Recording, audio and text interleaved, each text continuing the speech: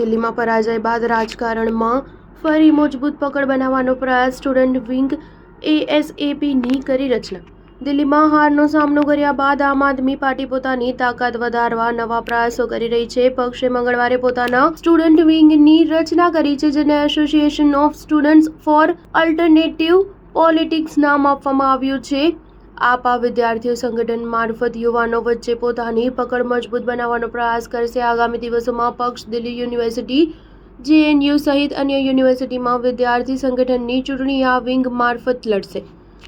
પક્ષના વડા અરવિંદ કેજરીવાલ, પૂર્વ ડેપ્યુટી સીએમ મનીષ સિસોદિયા, દિલ્હી પ્રદેશ પ્રમુખ સૌરવ ભારદ્વાજ અને કોચિંગ ટીચરની નેતા બનેલા અવધ ઓઝાની હાજરીમાં દિલ્હીના કોન્સ્ટિટ્યુશનલ ક્લબમાં આ વિંગની જાહેરાત કરવામાં આવી હતી. તેનો લોગો પણ રજૂ કરાયો હતો. દિલ્હીના પૂર્વ નાયબ મુખ્યમંત્રી મનીષ સિસોદિયાએ આ અંગે જણાવ્યું હતું કે આ યુવાનોનો પ્રિય શબ્દ છે એએસએપી.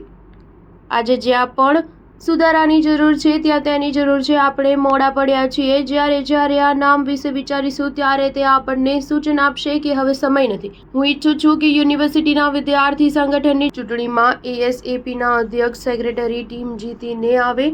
જ્યાં ચૂંટણી નથી થતી ત્યાં અમે વૈકલ્પિક રાજકારણની વાત કરીશું. પક્ષે આ વિંગની રચના એવા સમયે કરી છે જ્યારે દિલ્હીમાં સળંગ 10 વર્ષના શાસન બાદ અચાનક મોટી હારનો સામનો કરવો પડ્યો. પક્ષના વડા અરવિંદ કેજરીવાલ, મનીષ સિસોદિયા સહિત દિગ્ગજ નેતાઓ પોતાની બેઠક બચાવી શક્યા નહીં. દિલ્હી નગર નિગમમાંથી પણ સત્તા ગુમાવી. સ્ટાર ન્યૂઝ 7 હંમેશા સચ્ચાઈની સાથે.